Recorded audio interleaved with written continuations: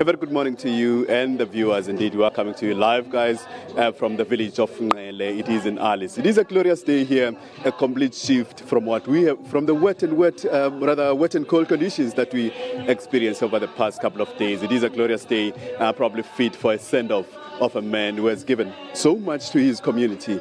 And we now have the pleasure of being joined by the younger brother of Mr. Mike Stofile, a man who has been constantly available to us every time we needed to speak to him. That is Mr.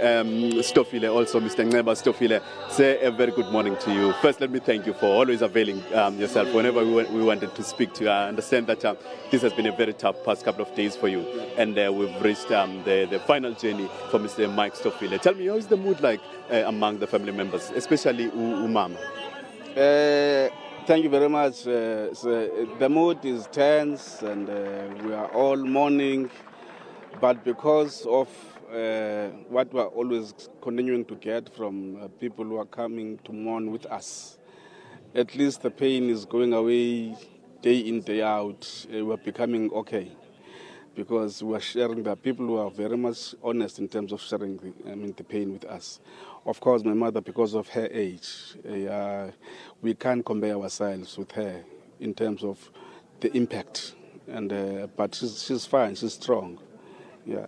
And I understand for a lot of families, the moment when the funeral finally comes becomes their toughest. It may have been tough when the news first broke, but now the reality must be striking home, really. Yes, we are really facing the reality today, and in fact, we are not as painful as we were before.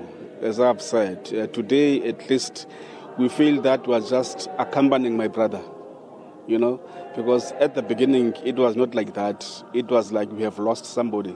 But today it is as if really we need to celebrate, his last days here on earth. So that's how we have actually accepted it. Some of the things you are planning to take from his life and perhaps carry forward with lessons that you've taken from his brief life. Can you repeat that? Lessons that you have taken from his brief life, things that you want to continue as perhaps some sort of legacy from him. No, because we are coming from the same family, and definitely we grew up in the same environment, and most of the things, if not all, that he was involved in, it is the same thing that we're involved in here at home as family members, because we grew up as the same, and we grew up under the same roof and the same discipline, family discipline. So, and also even in terms of involvement to organizations, it's the same principle that was guiding us. It is as today also guiding us, and so we don't see ourselves taking a detour in terms of the programs and activities that he was involved in. But we see the continuation. Hopefully that our children as well will do the same. And because all of us who have children that would like that they must follow the prince of us, including his. All right, sir, let us thank you very much and allow you to go back to the funeral service. Once again, thank you very much for availing yourself on such a very short notice. Thank you very much. Yes. Well, that was Mr. Stofile, a younger brother to Mr. Mike Stofile, whom we are laying to rest today. They are a family of 7 boys, and we are told that they are only left with only 5 boys now. We've lost Mr. Mike Stofile some 2 weeks ago, and we were told that one of their brothers died in a car accident at the young age of 32 years. That was back in the 80s. But they are a family of that have a very long history, rather a very strong history of living longer lives. Like I told you, he is survived by his mother, who is 95 years old. He is among those who are mourning his death now. He is sitting next to the coffin where the mortal remains of Mr. Mike Stofile are. And of course, he'll be laid alongside his father, who died at the ripe age of 90 years some years back. And of course, alongside the brother who died at the tender age of 32 back in the 80s. So it is a very emotional moment, not just for the family, but for the entire community, given his contribution here. He was a community builder, someone who has given his life to the upliftment of the community, not just in sport, but in social programs also. I mean, he was a community builder, like I said, created a lot of job opportunities for the people here. And of course, his involvement in rugby continued, even when he had retired from national and rugby politics. But he made sure that the legacy of rugby in this area continues. And there are tournaments that are carrying on that were his brainchild. And of course, we won't be surprised if we see other tournaments being created in his name. As for the dignitaries that are here, I've said that the Premier of the province, Mr. Phumla Masualle, is here. Some ministers and deputy ministers, I can mention the Minister of Defence, Mama Mapisa Ngakula, and we're told that Razmataz, the Minister of Sports, is on his way. Speaking to Mr. Ngeba Stofile earlier on, he told me that they've been in constant communication with him, and he was some 20 kilometers away from here. Of course, I suppose he was delayed by floods coming from either Cape Town or Johannesburg, but we do expect him to be here in no time, and he is going to make a speech representing government.